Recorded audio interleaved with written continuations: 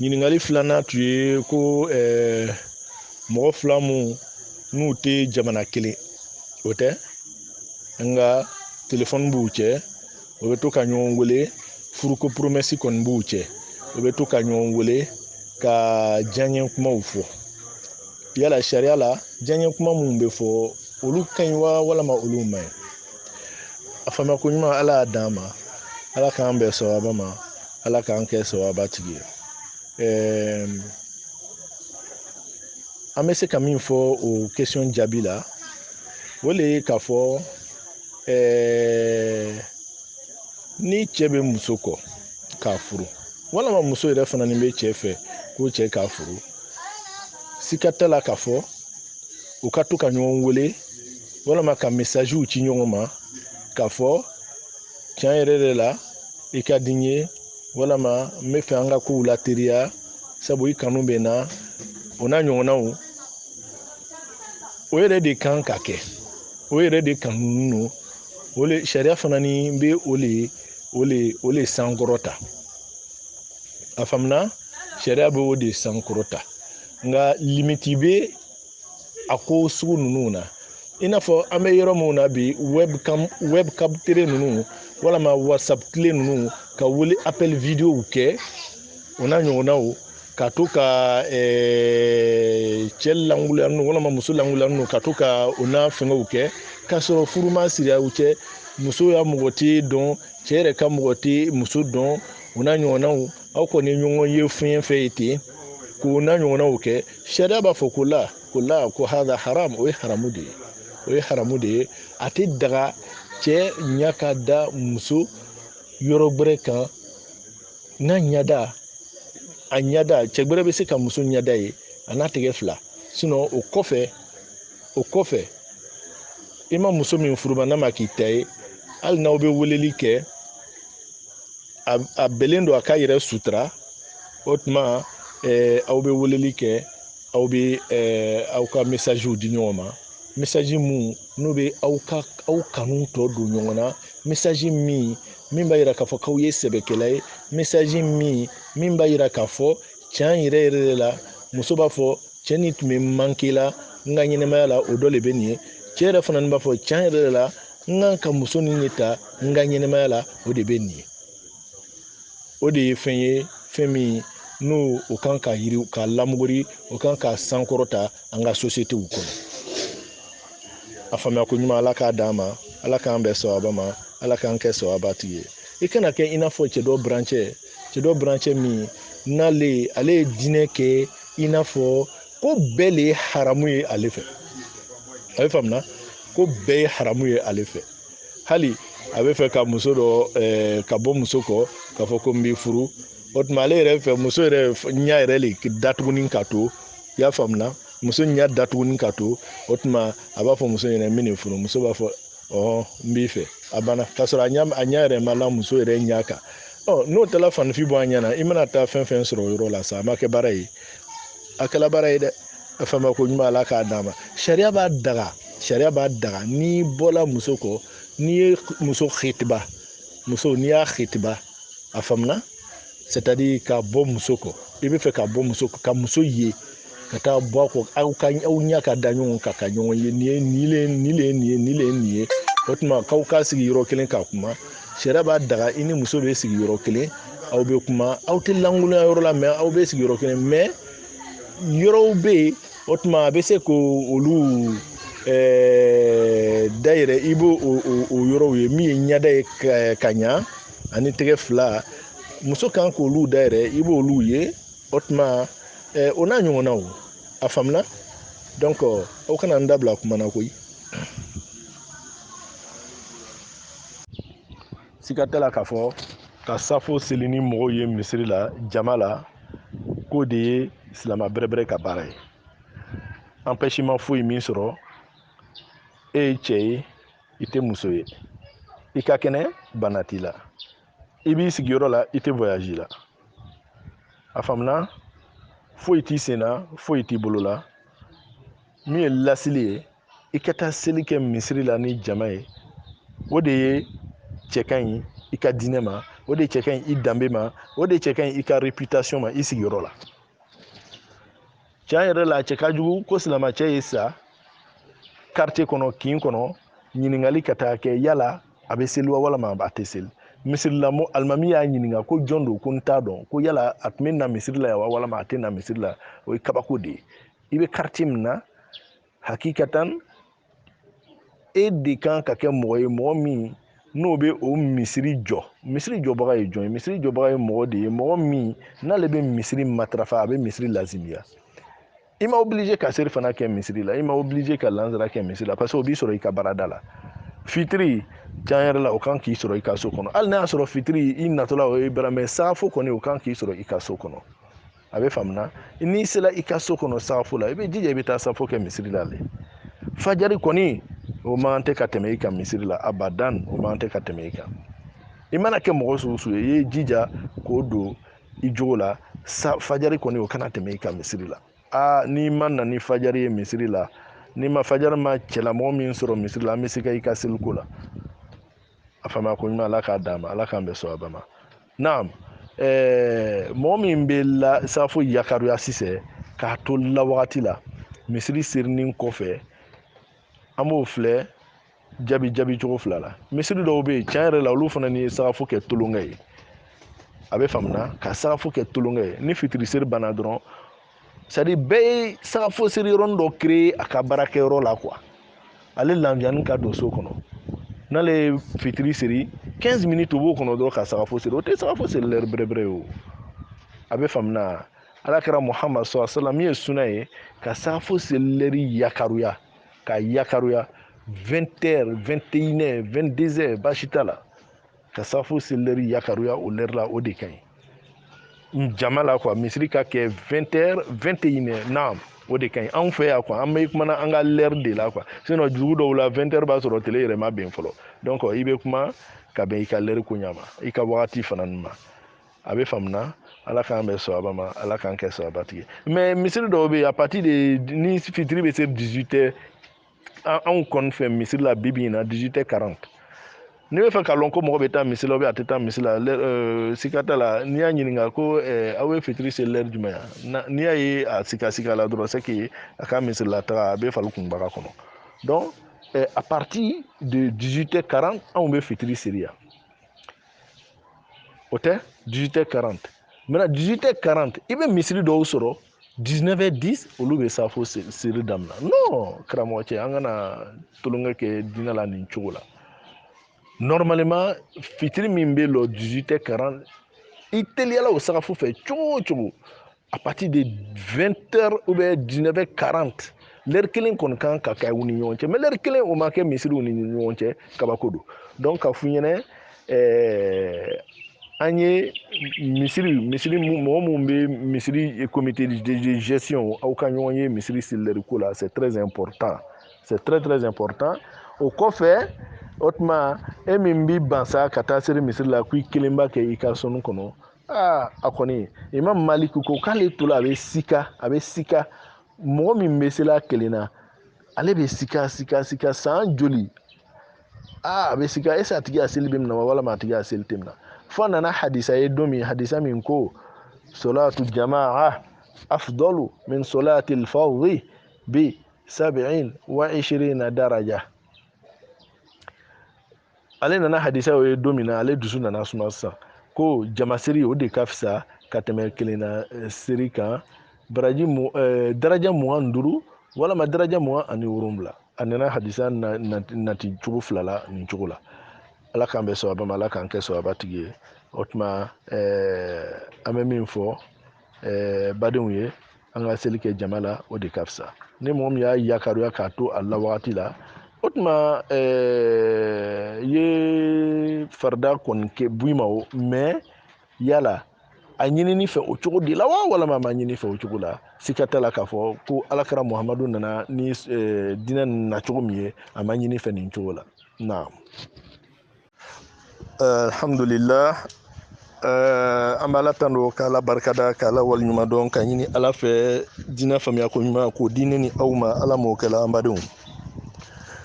balimamuso n b'i fo k'i barikada ma ɲini Ala subhanahu wa ta'ala fɛ hakili ɲuman k'o di anu ani denmisɛn bɛɛ lajɛlen ma Ala m'o kɛla sika t'a la k'a fɔ ko ni cɛ ni muso n'u kofɔla ɲɔgɔn ye k'a fɔ k'u bɛna di ɲɔgɔn ma sika t'a la k'a fɔ k'o lateriya o de ka fisa ni o ko tourneli ye Alakira Muhamadu ko ten sallallahu alaihi wasallam ko fɛn damadamani bɛ yen olu tɛ bilala ka suma o fɛn damadamani ninnu kɔnɔ ni cɛ bɔla muso kɔ aw ye sabari aw y'o lateliya o man tɛ ka sumaya fiyewu mun kosɔn ko caman bɛ se ka bɔ a la sitana man ɲi donc o le ye nin masala ye nin n'a ɲɔgɔnnaw ye o tuma i ye ɲininkali min kɛ a bɛ kɛ cogo di a bɛ fɔ cogo di nin ko la sariya taabolo kɔrɔ sariya bɛ nin masala ni kiti sariya b'a filɛ cogo fila la a fɔlɔ yala kɔnɔ min sɔrɔla den fɛ yala cɛ min bɛ fɛ ka furu o de ye kɔnɔ nin di wa walama o ma kɔnɔ nin o de ye kɔnɔ nin lala wa walama o ma kɔnɔ nin da la n'a y'a sɔrɔ ko o ma kɔnɔ lala sika t'a la k'a fɔ ko lɔnla bɛɛ lajɛlen bɛnna kan k'a fɔ ko ni furu sirila o kɔnɔ kan ni cɛ gbɛrɛ ye a ta o kɔnɔ kan ko ye haramu de ye cɛ min bɛna muso ta o kan fana ni ko ala ka danga b'i kan cɛ gbɛrɛ ye kɔnɔ la muso dɔ la e yɛrɛ b'a lɔn k'a fɔ ko a kɔnɔ a bɛ début la mais y a pas de problème n bɛna furu o kan walama e yɛrɛ b'a lɔn i denmuso bɛ début la mais k'a di cɛ dɔ ma o kan ala ka danga b'aw bɛɛ lajɛlen kan a fɛn ma ko ɲuman ala k'a d'a ma a filanan o de ye k'a fɔ cɛ min bɛ muso ko k'a furu wala sitana nana tɛmɛ o cɛ ni muso cɛ fo kɔnɔ nana sɔrɔ yala a bɛ kɛ cogo di i n'a fɔ an ka cas bɛ cogo min na nin la lɔnla fanba bɛɛ ye min fɔ lɔnla fanba tagala min kan ko an bɛ jɔ fɔlɔ muso ka jigin ni muso jigila o tuma an bɛ furu kow kɛ k'a di a cɛ ma cɛ min n'o ye kɔnɔna la an bɛ furu kow kɛ k'a d'a ma donc i bɛna fɛn fɛn fɔ procédure fɛn fɛn bɛ yen furu ta procédure la k'an bɛna woro di wa walama an bɛna mun kɛ wa aw b'o lajɔ fɔlɔ fo i y'a faamuya b'a la muso ye jigin dɔnla fanbaw taala min kan o de bɛ nin ye mais lɔnla dɔw bɛ sɔn nɔgɔyali dɔ la k'a fɔ ko a bɛ yɔrɔ min na cɛ min n'i y'a ye alakira ye danga don a la o le ye k'a fɔ aw kana furu kɛ kɔnɔ kan parce que i kana taa cɛ gbɛrɛ ka o tuma fɛn sɛnɛni i kana taa cɛ gbɛrɛ ka fɛn sɛnɛni sɔn hakili b'o kuma faamu quoi donc danga donna la yɔrɔ min na o de bɛ nin mais cɛ min bɛ a tun ka procédure de daminɛ ko i bɛ taa sɔrɔ procédure tun daminɛna a sera denni na mɔgɔw fɛ an bɛ fɛ k'a furu mais tagakɛla i n'a fɔ farafinna kow ka suma cogo min na an ka furu ta côté la kow ka suma an bolo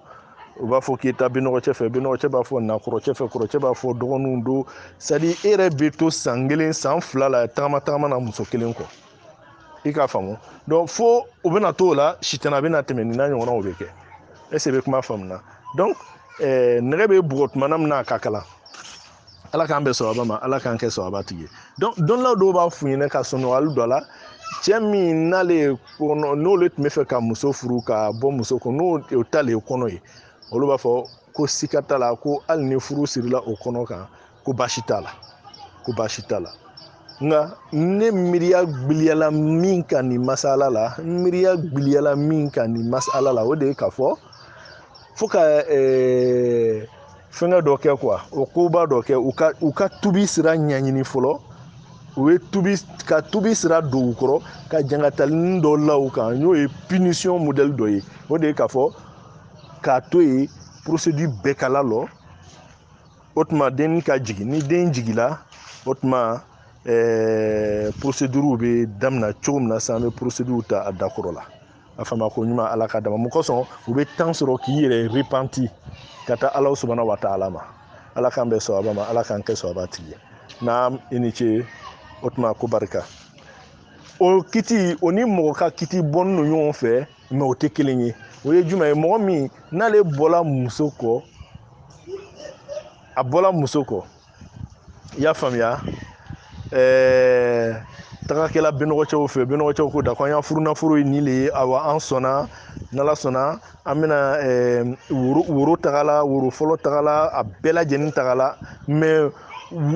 karamɔgɔw le m'u lasigi walama u ma mɔgɔw le ma ɲɔgɔn lajɛ yɔrɔ kelen k'a fɔ ko bi ye furusiri lon ye mais a ko bɛɛ kɔni banna dugu ma o tɛ kelen ye o ni nin tɛ masala kelen ye quoi ni ko bɛɛ lajɛlen banna dugu ma ka ban a bɛ faamuya mais karamɔgɔ le ma taa sigi ka taa fɛngɛ khutbatul haja kɛ inna alhamdulillah nahmaduhu ka duwawu ni fɛngɛw kɛ donc n'a sera o yɔrɔ la o tigi ta duguma yɔrɔ bɛɛ lajɛlen bana kabila sɔnna labilali worow dila fɛn bɛɛ kɛla mais furusiri le ma kɛ dɔrɔn furusiri dɔrɔn de ma kɛ a y'a dɔn k'a fɔ ko différence bɛ fɛn dɔ cɛ mais kelen tɛ ilanu bi nikahi bɛ yen akudu nikahi bɛ yen ilanu bi nikahi o ye jumɛn ye ka furu officialiser o de bɛ kɛ o tuma karamɔgɔ bɛ ɲɔgɔn lajɛ don min na ka fɛngɛ ninnu kala o de bɛ k'o don mais akudu nikahi o ye jumɛn ye min bɛ kɛ an ka cɛkɔrɔbaw bolo dugu ma kabila sama fɛngɛ ninnu olu bɛɛ lajɛlen fɛn bɛɛ kɛla a tɔ to la d'accord an bɛna to yen sa ni kalo fɛn komi anw ka furuw bɛ taa siri an ka so la ni kalo ninnu de la mais k'a sɔrɔ ko bɛɛ banna karamɔgɔcɛ i bɛ se k'a fɔ k'an ye muso jan fɔlɔ yanni ka i prêter aw ka kow ma hakɛto b'o la sɔli ala rasul alhamdulillah wasalatu wasalam ala rasulillah ala an bɛ sɔn a ba ma o de kosɔn n'i bɔla sariya kɔnɔ n'i bɔla sariya kadira kɔnɔ a bɛ gɛlɛya ala b'a fɔ ɲɛna iza tadayantu bidaynin faktubuhu alo mɔgɔ minnu ni limaniyala n'aw ye juru don mɔgɔ la aw ka sɛbɛn a bɛ faamuya a bɛ sɛbɛn yɔrɔ yɔrɔ autoritéw fɛ yen aw bɛ taa sɛbɛn yen k'a légaliser ka officialiser ka a tigi yɛrɛ y'a dɔn n ya juru bɛ nin na ne yɛrɛ y'a dɔn wa n ka juru ta nin tigi fɛ o tɛ ko gɛlɛya ye quoi a bɛ faamuya sariya yɛrɛ fana y'o de fɔ suratu bakara aya laban o b'a fɔ aya ma ayatu dayn juruta aya o de bɛ nin ye a bɛ faamuya ala k'an bɛ sɔn a ba ma ala k'an kɛ sɔn a ba tigi ye donc à partir du moment ni aw ma ko baara kɛ ni sariya ta ye n'i ye ballon kɛ n'i ye fanikoro lasiri ka kɛ ballon ye i lala k'a fɔ ko fɛn a taatɔ ɲama caman bɛ den a la o kɔrɔ ye n'i banna ka sariya ta kɛ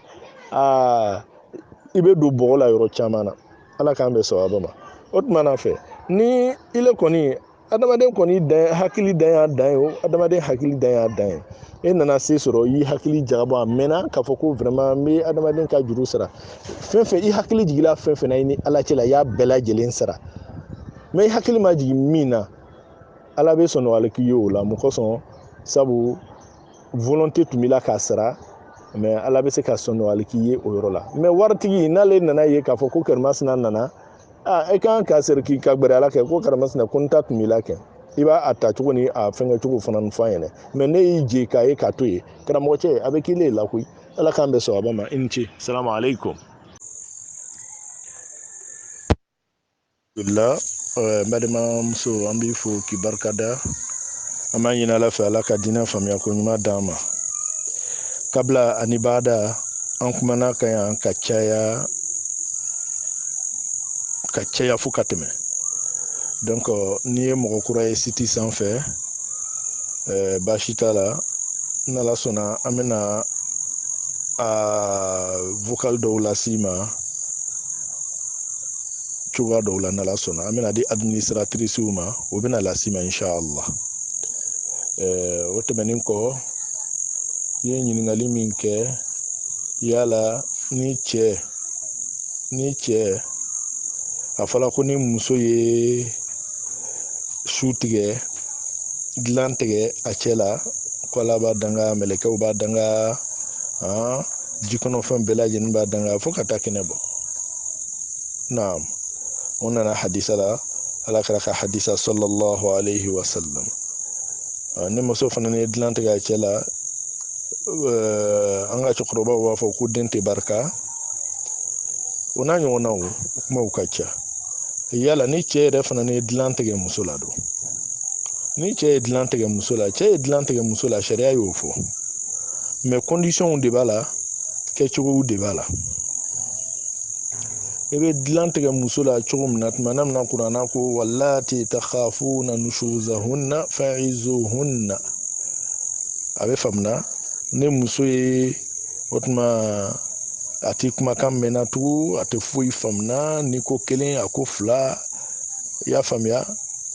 e kɔni ka a yamaruya ko la muso yɛrɛ vraiment a ti kumakan a t'a lamɛn o n'a ɲɔgɔnnaw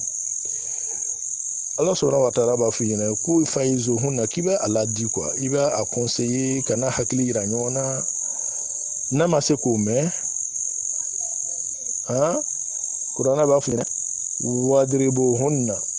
n'a ma ladilikan mɛn k'i b'a bugɔ mais tiɲɛ yɛrɛ la muso bugɔ sariya y'a fɔ mais hakikatan n'an ye suna kɔnɔnaw filɛ a bɛ fɛ suna bɛ fɛ ka f'u ɲɛna ko bugɔli min fɔla a bɛ kɛ ni hakili de ye a ye kɛ bugɔli ye bugɔli min n'a tɛ jogo ye bugɔli min n'a tɛ blessé bugɔli min n'a kolo tɛ kari a fasa tɛ tigɛ o tuma jeli kana bɔ a la i y'a faamuya o ye bugɔli modèle jumɛn ye donc ni sariya tɛna f'u ɲɛna k'u ye i bolo maga la ten dɔrɔn et puis ka bila donc o kɔfɛ sisan o bɛɛ la n'a ma mɛn wahjuruhunna fil madaji k'i bɛ dilan tigɛ a la muso bɛ correctionner ninnu cogow de la a ye dilan tigɛ a la hɔrɔnmuso kɔni muso min ni n'a cɛ ka da ye a b'a cɛ fɛ ni kɔni dilan kɔni tigɛ ale la su kelen su fila tiɲɛ yɛrɛ la o b'i dari sika t'o la o bɛ kɛ ko kɔni kosɔn o b'i dari o la ko sabari ye yafa ma o tɛ ne y'a sɔrɔ muso de ye ko k'i la i bɛ dilan tigɛ a la o n'a ɲɔgɔnnaw la mais dilan tɛ tigɛ a la ten un coup a bɛ kɛ procédure le ye donc mais ka dilan tigɛ muso la ye ten que parce que ko ne le ye cɛ ye se bɛ ne le ye ni min ka diya ne le b'o de kɛ karamɔgɔ cɛ muso ma ko k'i la k'a goyali ye ten dɔrɔn o ye jurumu belebele le ye cɛ da la donc sariya b'a fɔ cɛ man tɛ ka dilan tigɛ muso la ka tɛmɛ kalo 3 kan ne y'a sɔrɔ muso ma ko kɛ dɛ ne y'a sɔrɔ muso ma ko kɛ naam nka k'a ye ten dɔrɔn ka dilan tigɛ a la ten dɔrɔn la o ye fɛn ye o ye jurumu de ye cɛ ka o ye m'a f'u ɲɛna majigi le ye cɛ ma Ala subhanahu wa ta'ala yɔrɔ o ye fiɲɛya le ye cɛ ma Ala subhanahu wa ta'ala yɔrɔ o tuma o hakɛ cɛ nin tɛ se a hakɛ kɔrɔ kiyama jɔ donna o tuma na fɛ o hakɛ t'i kɔ don cɛ la duniya a t'i kɔ don la kiyama mun kosɔn parce que a bɛ fɛ ka muso bila ko la ka kɛ ye ko fila juguman dɔ ye ka muso bila ko la muso min ma sigi ni min ye i y'a faamuya la denmisɛnnin kɛnɛ n'o bɛ fɛ e tɛ se o ma a ka gɛlɛn donc ni cɛ ye dilan tigɛ ci muso la ka tɛmɛ kalo 3 sɔrɔ wa ma kɛ ni muso ka juguya a ma kɛ ni muso ka fɛngɛ ye mais ka kɛ ten i n'a fɔ an b'olu ye an fɛ farafinna yan cogo min na ka caya quoi a camanba o de b'an fɛ yan awɔ surtout muso fila bɛ minnu kun tiɲɛ yɛrɛ la olu dɔw bɛ yen u bɛ dilan tigɛ dɔ nin na i y'a faamuya donc o bɛ taa bɛɛ di dɔ nin ma yan fɛ donc an b'a ɲini an badenw fɛ u ye o yɔrɔw kɔlɔsi naam n'o kɛla muso de b'i plaigner a b'i plaigner o tuma فبعثوا حكما من أهله وحكما من أهلها إن يريد إصلاح يوفق الله بينهما ebeta muso beta ale ka aka mɔgɔw fɛ a bɛ t'i plaigner o fana ni bɛ cɛ ka mɔgɔ dɔw wele ni min bɛ o de bɛ nin ni o bɛɛ kɔ cɛ ma faamu o bɛ furu bɛ wuli ka bɔ muso kunna quoi sariya b'a fɔ furu bɛ wuli ka bɔ muso kunna naam ni muso ko vraiment an bɛ yɔrɔ min na n tɛ se ka supporter tugun furu bɛ wuli mais ni muso ko k'a bɛ se ka supporter ni ka cɛ ka dilan tigɛ ale la san 1 san 2 ale ta foyi t'o la ale b'i sigi a denw kunna basi t'o la ale bɛ se k'i ta kɛ den ɲɛfilɛ ye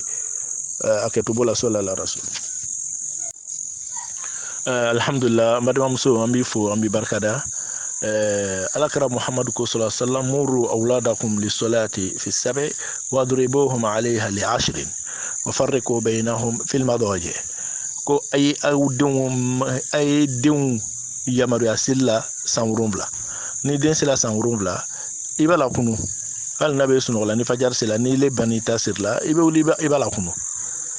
wuli ka na an bɛ fajar siri wali i ka fajar siri ni seri fana sela wuli i ta seri fana siri i b'a yamaruya sanwurunvla i b'a yamaruya seli la o wagati a faamuna naam ni sanwurunvla nana tɛmɛ ala kɛra ko n'a sela san 10 ko n'i y'a yamaruya seri la n'a ma kɛ i bɛ tɛgɛ ɲa fila fila min bɔ a la sɔn o tɛ donc n'u sela san 10 na fana ni cɛ ni muso don i b'u u séparer ka bɔ dilan kan quoi u kana kɛ dilan kelen kan tugun ala kɛra muhamadu le côté sallallahu alaihi wasallam donc ka fu ɲɛnɛ den bɛ san 7 dɔ bɛ san 9 normalement i kan k'u lawuli u ka siri o ka ɲi sariya yɛrɛ y'o de fɔ naam kana fɔ ko i bɛ don gasi la gasi tɛ nin ye ni den lala joona fajari kɔni ni den lala joona fajari kɔni tiɲɛ yɛrɛ la a bɛ se ka wuli joona naam an tɛ kubarika donc a b'o cogo la n'a ɲɛbɔla i ka nafila sun fɛ k'a bɛ sun don nin ye i bɛ autorisation d'a ma a tɛ foyi kɛ o bɛɛ ye entraînement de ye mɔgɔ bɛ ko kalan depuis fitinitɔ le o mɔgɔ tɛ don ko la ten i kun fɛ ten kun kɔrɔbayala le bɛ don a la a bɛ gɛlɛya i ma hali seli n'a seliya ni denmisɛnnin wulila n'a ye a tɛ gɛlɛya a ma mɛ n'a mɔgɔkɔrɔba yɛrɛ nana yɛrɛ karaba ka don a la a bɛ gɛlɛya a ma a faamuya ko ɲuman ala k'a d'a ma i ni ce i ni ce muna madame jaabi an b'i fo k'i barikada k'i waleɲuman dɔn ka ɲini ala fɛ ala ka diinɛ faamuya ko ɲuman di an ma naam o ye tiɲɛ de ye i ka lɔn mɔgɔw bɛ diinɛ labori labara u muso kan u bɛ ɲinɛ u yɛrɛ u kɔ tuma dɔw la sariya b'a fɔ ɲɛna ko cɛ man tɛ ka bɔnsi li cɛ man tɛ ka bɔnsi li a bɛ faamuya cɛ tɛ bɔnsi li na mɛ nunsi a b'o le matigɛ a b'o coiffer ka ɲa bɔnsi a b'o to yen a faamuya donc sariya b'a fɔ ɲɛna bɔnsi nin a kɔni bɛ entretenir ka bila ten dɔw b'u ta bila cogo dɔw la vraiment a ye cogo cɛ ka jugu a ye cogo cɛ ka jugu mais ni bɔnsi man tɛ ka li mais n'a b'i la i b'a entretenir ka bila cogo ɲa o kɔni o fɔla hali alakira muhammad sallallahu alaihi wasallam ale tun b'a bɔnsi entretenir ka bila cogo ɲa a fama ko ɲuman ala k'a d'a ma ala k'an bɛɛ sawaba ma ala k'an kɛ sawaba tigi ye naam mais a tɛ comme n'i ye bɔnsi li k'a fɔ ko kabayira jurumu de bɛ walama mun suna don n'i y'a to yen n'i y'a bila n'i ye bɔnsi bila i ye suna le labara o yɔrɔ la i ye suna labara ala kɛra ka suna sira sallallahu alaihi wasallam an ce naam ala k'an bɛɛ sawaba ma an balimamuso n'an ko k'u ka tubi u yɛrɛ repenti o kɔrɔ ye de vraiment aw bɛ u mabɔ ɲɔgɔn na u tɛ se ka ɲɔgɔn ye cogo min na empêchement fɛn fɛn bɛ kɛ ka kɛ sababu ye o tuma k'o kɛ aw b'o kɛ a b'u lasigi k'u jalaki k'u dɔgɔya a ye ko min kɛ nin ye vraiment a y'an malo a y'a kɛ tan a y'an kɛ tan aw kan ka tubi ala ma a y'a kɛ tan a y'a kɛ tan vraiment n'u ye hɔrɔn ye u ye fɛn min kɛ vraiment c'est a bɛna u fɛngɛ et puis bon k'u mabɔ ɲɔgɔn na ni muso jigila d'accord y a pas de problème an bɛna aw di ɲɔgɔn ma mais à partir d'aujourd'hui aw tɛ ɲɔgɔn wele aw kana se ɲɔgɔn ma a b'o cogo la an t'aw to yen aw ka se ɲɔgɔn ma tugun o n'a ɲɔgɔnnaw o le an ka maa fɔlɔ o le fɛ n ko u ka tubi quoi u y'a lɔn k'a fɔ u ye ko dɔ kɛ ko min sariya ma daga a ma quoi naam sinon n'an ko ka u di ɲɔgɔn ma ye ten olu yɛrɛ fɛ o ma foyi kɛ o i m'a ye a fɛ ma ko ɲuman ala k'a d'a ma n cɛ muna madame Jabi an b'i fo k'i barikala k'i waleɲuman dɔn ka ɲini ala fɛ ala ka diinɛ faamuya ko ɲuman d'a ma i ye fɛn fila bila bɔgɔ ɲɔgɔn na fɛn min tɛ kelen ye a fama ko ɲuman ala m'a di la ma naam kira Muhammad sallallahu alaihi wasallam ako ko muso man tɛ ka yɛrɛ kasa ja ka bɔ a bɛ faamuya muso ta yɛrɛ kasa ja ka bɔ mun kosɔn a bɛ cɛw lasun ka taga ma a faamuya ko ɲuman ala m'a dila ma min ye Facebook foto ko ninnu ni fɛn min ye an b'a ɲini an balimamusow fɛ u y'u yɛrɛ kɔlɔsi Facebook ko nin na u y'u yɛrɛ kɔlɔsi Facebook ko nin na sabu a ye tiɲɛni camanba de ladon foyew kɔnɔ a ye tiɲɛni camanba de ladon o tuma foyew kɔnɔ donc a faamuya ko ɲuman ala k'a d'an ma i bɛ se ka Facebook baara kɛ i bɛ se ka Facebook mutaba c'est à dire que ka a filɛ ne ma kɛ ni photo balance ba nin ye donc e yɛrɛ bɛ taa don photo yɛrɛ balance ni Facebook ka tiɲɛ yɛrɛ la i bɛ kabakoya non dɔw b'u olu yɛrɛ ka photo de profil n'i y'o ye olu yɛrɛ ye mɔgɔ qualité min ye dɔrɔn i b'a dɔn quoi mɔgɔ bɛ dɔn à partir de comment dirais-je la sonnerie de son portable i bɛ se k'a tigi lɔn mɔgɔ sugu min don mɔgɔ bɛ se k'a lɔn à partir de sa photo de profil i b'a dɔn mɔgɔ sugu min don a faamuna mɔgɔ bɛ dɔn à partir de sa manière de parler i b'a dɔn mɔgɔ sugu min don a faama ko ɲuman ala k'a d'an ma donc bref an balimamusow k'a i yɛrɛ exposer Facebook kan a cɛ ka jugu k'aw yɛrɛ exposer WhatsApp kan ni aw ka photo de profil ye a cɛ ka jugu a cɛ man ɲi aw la fiyewu a cɛ man ɲi aw la a cɛ ka jugu aw la ka dan tɛmɛ n'a ye muso furu n'u ye la o ye lɔgɔ wuli n'a ye a faamuna ko ɲuman ala k'a d'an ma ala k'an bɛɛ sawaba ma ala k'an kɛ sawaba tigi ye photo min ne yɛrɛ y'a bila i ka profil la ni cɛ yɛrɛ y'a ye a b'a fɛn fɔlɔ min bɛ n'a kunna a b'a fɔ ko i lɔn n ka message dɔ la taga nin ma e yɛrɛ dɔ bɛ k'a lɔn ko depuis o yɔrɔ n kan ka n yɛrɛ kɔlɔsi an ka profil photow la a mana kɛ réseaux sociaux sugu sugu ye i b'i yɛrɛ kɔlɔsi réseaux sociaux photo bila la kosɛbɛ kosɛbɛ kosɛbɛ naam i bɛ se k'a ci i lɔnbaga dɔ ma privé kɔni na naam i bɛ se k'a ci i dɔgɔnin ma i baden ma i cɛ ma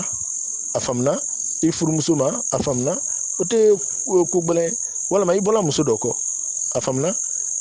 i bɛ muso dɔ kɔ k'a furu walima muso dɔ ɲɛbɔli fɛ aw ɲɛbɔla ɲɔgɔn fɛ quoi au fait a bɛ photo fali mun kɛ o tɛ kojugu ye mais ni furu ma siri aw ni ɲɔgɔn cɛ limite de b'o la ka photo dɔw bila i ya intimité bɛ bafoué photo mun na i man tɛ k'olu ci a tigi ma i man tɛ k'o ci a tigi ma naam a faama ko ɲuman ala m'a di ma ala y'an bɛɛ sababa ma naam maintenant kuma tɔ ye min ye sisan mun na ko karamɔgɔcɛ bɛ bazan dɔ la ko ka wajibili kɛ o kuma gbɛrɛ ye o ye kuma gbɛrɛ ye sa a bɛ faamuya karamɔgɔcɛ ta bazan do kɔni ni karamɔgɔ kɔni ma bazan do ka wajibili kɛ ka taa kutuba kɛ a bɛ mun don sa ne kɔni ma se k'o yɔrɔ faamu koyi mun na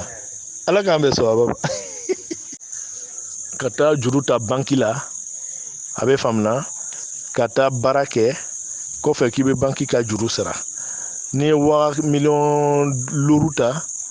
n'i b'a sara i b'a sara miliyɔn 6 par exemple ou bien miliyɔn 7 par exemple min da ka o ye o le ye riba baara yɛrɛ yɛrɛ ye quoi an kana ɲɔgɔn nɛgɛ o kuma la quoi o yɛrɛ le ye riba yɛrɛ baara ɲɔgɔnya ye riba tɛ tɛmɛ o kan a faamuna donc ka baara kɛ ni intérêt ye riba foyi tɛ tɛmɛ a kan ala k'an bɛɛ sawaba ma ala k'an kɛ sawaba tigi ye naam alhamdulillah an balimamuso an b'i fo k'i barikada k'i waleɲuman dɔn ka ɲini masa ala fɛ ala ka diinɛ faamuya ko ɲuman di an bɛɛ lajɛlen ma ya question fɔlɔ yala ni muso min n'ale bɛ hayida la mais a bɛ ɲinɛ ka farida siri a bɛ ɲinɛ ka siri siga t'a la k'a fɔ ko o ye muso ye muso min n'a dusu dulonnen don bato kan siga t'o la dɔw yɛrɛ olu tɛ hayida la o tɛ foyi la seli yɛrɛ bɛ se u tɛ wuli ka siri u yɛrɛ tɛna kɛ kɔfɛ mais mɔgɔ min n'ale bɛ hayida la a bɛ ɲinɛ ka siri tiɲɛ yɛrɛ la o muso an kan ka foli kɛrɛnkɛrɛnnen kɛ o musow ye et ama ñina la fe ala kan bela jene yurumu yafa naam ki ka question répond ala kara muhammadu ko sallallahu alaihi wasallam rufi'a an ummati al khata wa nisyan wa mastukrihu alayhi ko ale ka jon jurumu tesebe nu ñina na ka ko min ke ne muso tula haidala al natula na ñina na ka qur'ana toucher jurumu foyi taka a ñina na de ne mo tula otma suna ka ñine ka jimi jurumu foyi ti kan ya sumba place la i ñina na le abe famna donc ñina ko ni o adamadiya tabulo ye ni ñina na ka seri ni hakili jigila la wakati ki to sel la ibe sel dabla worola na sura be misiri kono ibe bon misiri kono na sura ibe tawafu la ibe tawafu dabla woron bela na sura ibe alabato fenfena seli ibe sel dabla woro bela mukoson tun ñina na me hakili jigila worola don ni hakili jigini ko fe ni ya continue ibe juru musoro mukoson alakara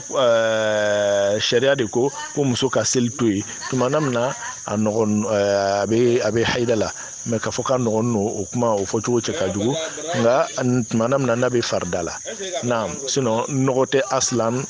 ni ango ngame kuma nogote aslan ni na fo muso nulu ube fardala jono bu yire ke nyingin to la fe chuma o fente naam ala kan be so abama ala kan ke sawaba tige enche ana chebe se ka bulla tunu model bela jelinke funa kela otmana fe pénétration naam wassalamu alaikum amadou mbade mamuso mi fo ki barkada albi ya question flana o be tadlon nafla la be fon nafla mi mako sunanu rawatib nafla siri mumbe anga fardaw accompagner ote dogbore oye jofla ya famia ka kon fajar nye o sir wati brebre oye jumaye ni lazanu welela ibe wuri ki o siri foma yani rakatay fajr afama ko nyuma alaka dama o ko fe no bole sir fana bena sir fana lonani ka kon sir fana nye ibe salamu fla salamu be sadeniye jofla ke be salamu bla ibe wulutu ka jofla ke ka salamu bla lan sel fana ko fe fana ni jonnani ibe salamu bla lofla ni bana lofla la ibe salamu bla ni bana lofla la ibe salamu bla wala ma seri fana ban ko fe ibe dan jofla afema ko nyuma ala ka dama ko fe amena lanzara la min sabatin no lanzara kan nafla sirula o de ka fo nafla sirte ka kon lanzara nye nafla sirte ka kon lanzara ko fe nafla sirte lanzara accompagner quoi afama ko nyuma ala ka dama ni nana misri la ebika jofla siri ibisigi ni lanzara se la be lanzara siri ko fe lanzara siri ko fe ibe bo afama ko nyuma ala ka dama min sabatin no o masala la o de beni fitri ko fe fitri c'est la fitri ka kon fitri nye nafla siri te ola mais fitri siri ko fe ebika jofla siri jofla o be siri fitri siri ko fe mais min sabatin no la yeto ke so kono o de chekan afama ko nyuma ala ma dilama otmana fe ka kon safonye ibe jofla ke wala ma safo ko fe ibe jofla ke ni ke tugu bela jeni abebe ante ko barka madama chambi fo ki barka la ibaga yo mo be se ka siri otma deleke mi ni deleke burukurunu ibe se ka siri ala nga ka siri kurusi mi kurusi kuruni na ma teme ni genou kan o te da mais faut que genou datugu quoi genou ayo datugu na ki genou datugu kaba bashitala afama ko nyuma ala ka dama naam yala adagan no che shen do akana ma daga che ka shen do akana mukoso ala kara muhammadu yangbe uma sheni oye muso ka masiru de chema ante kota yala be daga che montru do kasiri naam abe daga che ka montru do kasiri naam afama ko nyuma ala ka dama yala abe daga che ka bagi do abulla kasilwa naam abe daga che ka bagi do abulla kasiri bag ngate brasile makoy o te che ka masiri oye muso ka masiri de albi inti ko barka naam amadema chami fo kibarkala ki walima don kan yini masala fe ala ka dine famiya ko nyuma dama naam bashito la ibe se ka sundo nun gbanzan do lati ne ala kara tumo ke so sallam nun do tume ke abeta domini nyini amuso ka so kono ni muso ko sumante bi aba fa dako kumbe suna nafla sun tumadola on ngania teta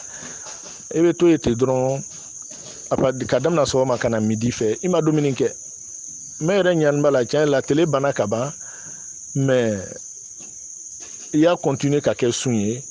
o braji o le nafa be bunyi ka o braji fana nbola donc alakra muhammadu tumo ke so sala ka funyene alakra kun sabati no minu ka o le be fuli nyene ni aramsa tene kalo tile saba afamna arafa sun nunu na soro kate ni te makan ko ibe arafa sundo e afamya ani ashura sun nunu afamna ona nyongona ina fo ame sun qualifié ka afo ye tuma chamana ona nyongona afama ko nyima alaka dama ala anto nyoy ala sutra kanga batum na ala mokela inche kubarka wa alaikum salam wa rahmatullah ala ambe sawaba ma ala anga sawaba tige inche itrawre yetrawre bi sangura ali ala ike kone ante naam alhamdulillah ni alakra de ko sallam ko ni muso ni afwan ni yedden soro ibe den kunjili afamna tele wulum blanda don iba kunjili ibe togonyma nyini ka dama na soro kibe sara faga ko na soro bina sara faga ibe kunjili tele wulum blanda lo ibe sara faga mais na soro itina sara faga ere dal balantena sara faga wala lum na don ibe a togo dama wolumbe afama ko nyima la ka dama fo mo ko kase ka dan fara soro o yoro wula quoi ala ma be na so abama ala kan ke so abatigi naam o temenen ko ni a kunjili ina fo ira fo chugumna ni sanu soro wala ma sabar be ka be o equivalence ma iba ko ibo ke sarakai naam ma teke bagie ka do dembolo la teke gourmetier ka den dombolo la de a wargbe be bemima wala ma sanu be bemima ibe o le di mo ma sarakai afana ko ma ala ma dilama ate do dembolo la naam maintenant aswalu alladhi yatra nafsa arabo côté pour la question qui se pose question mimbe na ni ya question yi kono il se peut que idin do be ye olu wala olu bangela imaseka olu tabo na sebiye iba ke idemi mimbi bolobi otabena mima donc ibe don nunu ta suma uma wallahu alam ibo suma uma yani min babi al-ijtihad jija buluma ama suma ulu tama jija buluma shahadu buluma ne usul fiqh kala donc jija buluma ma suma ulu tama wa insha Allah ala be iben sawaba ma o kono bi iznillah afama ko nyima la ka dama la be sawaba ma inche ko barka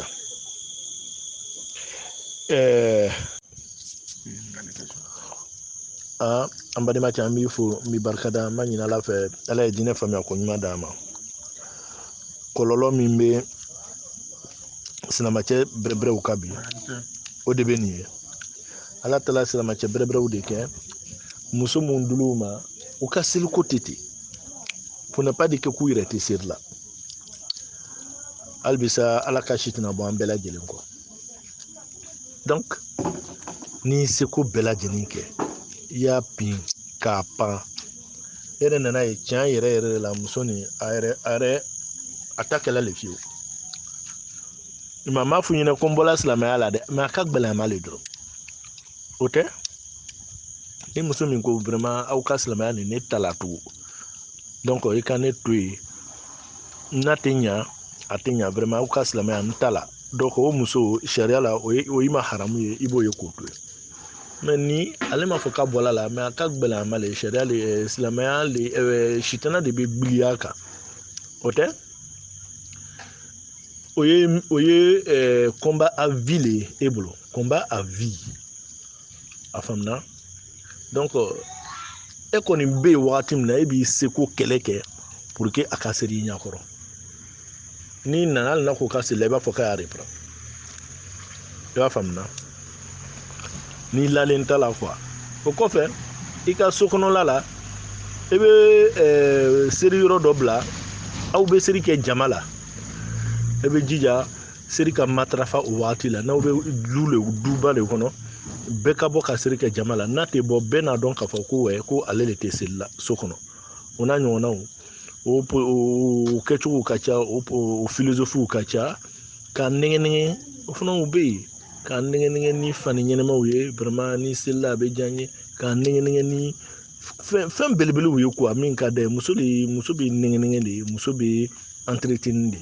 n'o kɛra fɛn min ka d'a ye fɛn min ka di ye a b'olu kɛ dɔɔni dɔɔni a faamuya ko ɲuman ala k'a d'a ma i ni ce a faamuya ko ɲuman ala y'a d'a ma muso mana kun ka modèle ye a cɛ ɲakɔrɔ ni cɛ kɔni ko nin de ka di n ye a mana kɛ napi ye o a mana k'a sugu ye ni mèche t'a la o tuma o bɛɛ lajɛlen bɛ bɛn ni tarawele cɛ min ko ale ta ko doroti de ka d'ale ye i b'o de kɛ tarawele cɛ bɛ ɲabɔ o fɛ a ni ce ko barika n balimamuso a mana k'a fɛn fɛn ye sa an kɔni bɛ min dɔn ka kun siri ka kun dan ka murmurɔ muso y'o kɛ baasi t'o la nka i bɛ karali min fɔla la sa komi anw t'o dɔn a la tiɲɛ yɛrɛ la i y'i mabɔ o la o bɛ fisaya ka tɛmɛ i ni ce ko barika malimatu min tɛ an b'i fɔ k'i barikada k'i waleɲuman dɔn ka ɲini mara sa ala fɛ ala ka diinɛ faamuya ko ɲuman d'an ma o tɛmɛnen kɔ ni donna ɲɛgɛn na sariya b'a fɔ ɲɛna k'i ka don ni i sen gosi ye n'i bɛ bɔ la i bɛ bɔ ni sen droite ye i dontɔla ɲɛgɛn kɔnɔ i sen gosi donni bilani ɲɛgɛn porte kan i b'a fɔ Allahumma inni a'udhu bika min al-khubuthi wal khabathi i n'a fɔ a b'o fɔ o bɛɛ b'o dɔn cogo min na mais n'i ɲinɛna tuma dɔ la fɛn min bɛ mɔgɔ kɔ a bɛ gwɛlɛya i ma tuma dɔ la na n'i ɲinɛna ka don i donni kɔfɛ i miiriya jigila la i b'a fɔ i da jukɔrɔ baasi foyi t'o la na a bɛ i n'a fɔ ni kɔngɔ bɛ tarawele cɛ la n'a nana sigi suman kunna ni ale ɲɛ lala suman kan ale bɛ ɲinɛ bisimilayi kɔ tuma dɔw la quoi donc maintenant lɔgɔma damadamani tanu kɔfɛ n'a miiriya jigila k'a fɔ ko an ma bisimilayi fɔ a bɛ fɔ tarawele cɛ ɲɛna k'a ye bisimilayi fɔ a bɛ tɛmɛ ni walagada ye alhamdulillah ala k'an bɛn sawaba ma naam malimatu min tɛ yen a b'o cogo kelen de la naam i ni ce ko barika alakira muhamadu ko sallallahu alaihi wasallam ko ni hamina ko min na k'i bɛ istikara kɛ o ko la istikara tɛ dɔ wɛrɛ ye i bɛ seji ta i n'a fɔ n'i bɛ fɛ ka seri farida kɛ cogo min na i bɛ seliji ta o cogo la n'i banna o la i bɛ jɔ fila serinin kɔfɛ i sigilen bɛ to i sigiyɔrɔw la k'i b'i tɛgɛ kɔrɔ ta n tigi ala n bɛ ala dari la n bɛ ala n b'i dari la n b'i bonyana n'i ka dɔnniw ye ele le ye setigi ye ni ele le kitila fɛn min na jɔnni tɛ se k'o bali ne y'a sɔrɔ ko furuko hami don ne y'a sɔrɔ ne ka furu ni karimasina dencɛ karimasina ye ni ne ka hɛrɛ b'a la duniya ani kiyama ani n ka ko laban o hɛrɛ bɛɛ lajɛlen b'a la n tigi ala a latigɛ joona ne y'a sɔrɔ ko n ka hɛrɛ t'a la n tigi ala na ni sababu dɔ ye min b'a bali ni voyage ko ne y'a sɔrɔ ne ka hɛrɛ bɛ voyage la a latigɛ ne y'a sɔrɔ n ka hɛrɛ t'a la kana latigɛ o n'a ɲɔgɔnnaw a bɛ fɔ o de ma ko salatul istikhara istikara seri duwaul istikhara istikara duwawu donc an b'a ɲini malimatuw fɛ o ye duwawu ninnu bila bɛɛ lajɛlen da ka se ka gbɛya la a nafa bɛ bonya kosɛbɛ na mais forme wɛrɛ bɛ mɔgɔw bolo istikhara la hakikatan tiɲɛ yɛrɛ la ne t'o dɔn n ma dɔn u bɛ istikhara kɛ cogo min na o istikhara kɔni kɛ cogo min na dɔ ye t'a fɔ dɔ ɲɛna ko karamɔgɔ ko istikhara kɛ n ye n m'a dɔn a bɛ kɛ cogo min na malo dalum b'u bolo a la a kɛcogo la n kɔni bɛ min dɔn ni isikara ye o de bɛ nin ye donc o tɛmɛnen kɔfɛ peut-être dɔw bɛ isikara tɔgɔ fɔ mais o isikara kɔfɛ filɛli de bɛ yen filɛli de bɛ isikara kɔfɛ donc fo mɔgɔw ka i hakili to o yɔrɔ de la karamɔgɔ cɛ kelen ale b'a fɔ k'ale bɛ mɔgɔ 10 ka isikara kɛ su kelen o tuma mun de an ka ala ka faamuya ko ɲuman le d'an ma an badenw a ni ce n'an i yɛrɛ de b'i ka isikara kɛ a tɔ i b'o to ala subahanahu wa taala ma i bɛ fatiha kalan ka sura gbɛrɛ la kan i bɛ fatiha kalan ka sura gbɛrɛ la kan a bɛ fɔ ale ma rakata el fajiri ko fajiri jɔ 2 nafila min bɛ kɛ ka sɔrɔ ka fajari siri ala kɛra ma ale to ye hali voyage sira kan donc a bɛ ɲini silama bɛɛ lajɛlen fɛ ni sɔlatu welela dɔrɔn i bɛ wuli k'ale siri fɔlɔ ka sɔrɔ k'i ka fajari siri naam ale bɛ siri jɔ 2 seli tɛ kɔrɔ t'a la n'i ko alahu akbar kaba ya dɔw kɛla ka sɔrɔ ka fatiha daminɛ i bɛna fatiha kalanna o tuma i bɛ sura dɔ la o kan ka sɔrɔ ka taa rukun na a ni ce n balimamuso n b'i fɔ n b'i barikada k'a ɲini ala fɛ ala ka diinɛ faamuya ko ɲuman d'an ma tahiya seli la wajibi don mais tahiya juma tahiya laban a tashahudul akhir tahiya laban o de ye wajibi ye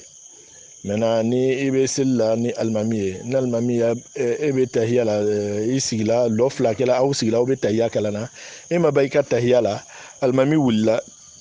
a y'i majɛgɛ i ka wuli ni alimami ye a faamuna mais tahiya laban san ni alimami nana lɔ 2 kɛ o kɔfɛ ka na sigi ka tahiya laban kɛ a faamuna n'a ban'o la n'a ka salamu bila a b'i le ma e b'i ka tahiya laban ka sɔrɔ ka salamu bila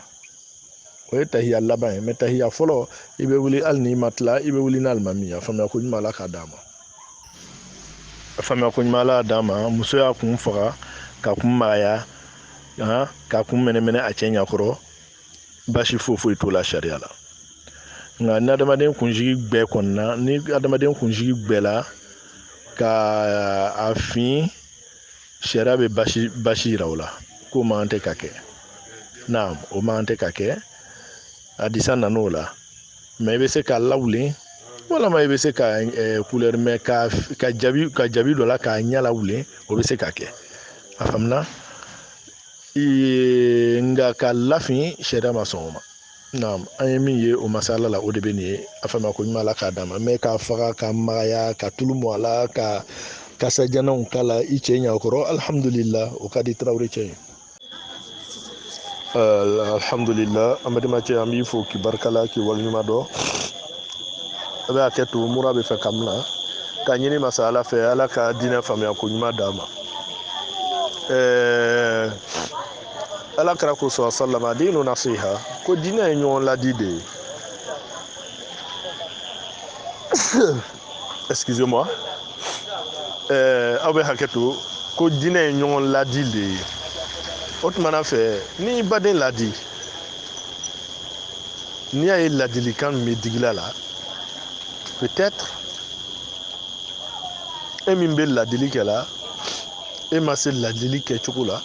i ma ladili kɛ wagati dɔn i ma ladili kɛ yɔrɔ dɔn peut-être tuma dɔ la a bɛ faamuna donc o ye walagada ye a bɛ fɔ o ma ko sidqul munasaha n'i bɛ fɛ ka mɔgɔ ladi ka mɔgɔ bila sira kan kɛcogo de b'a la kɛ yɔrɔ de b'a la kɛ wagati de b'a la a bɛ faamuna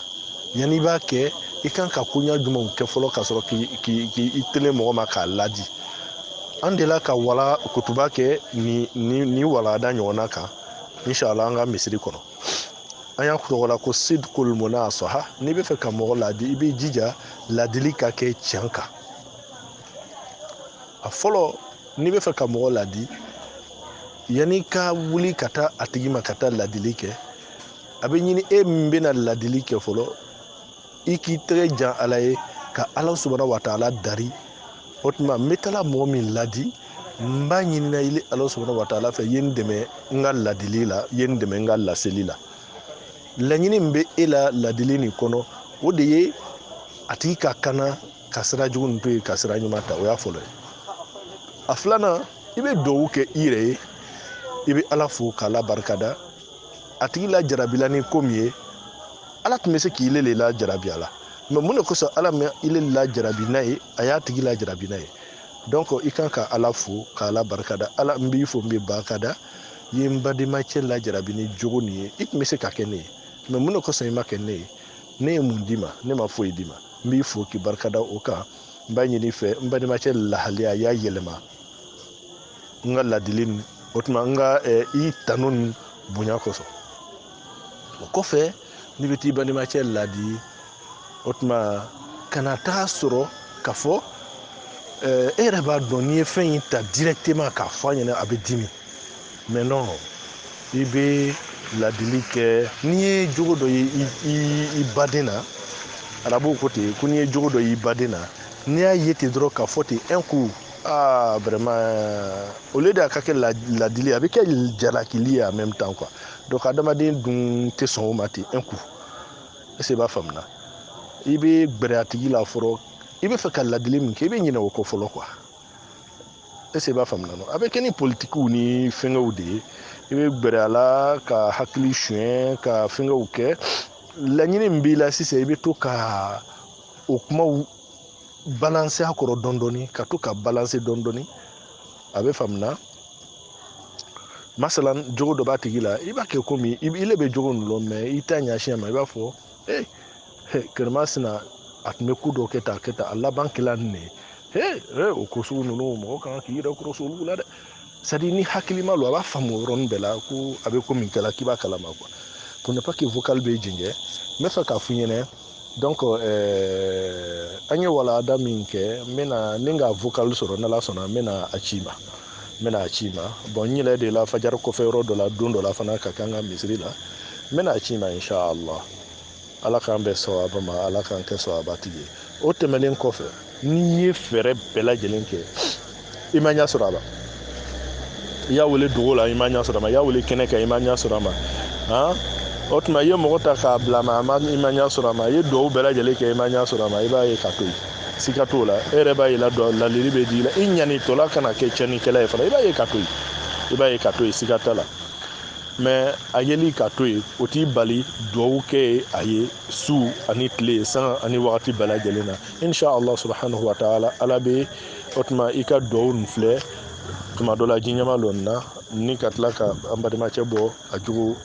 kuntan in na i ni ce ko barika hali bisa an bɛ duwawu kɛ ale ye ani n yɛrɛ ye ala k'an bɛɛ lajɛlen latanga k'an sutura salamu alaikum ok tarawele cɛ ala y'an dɛmɛ n bɛna min f'u ye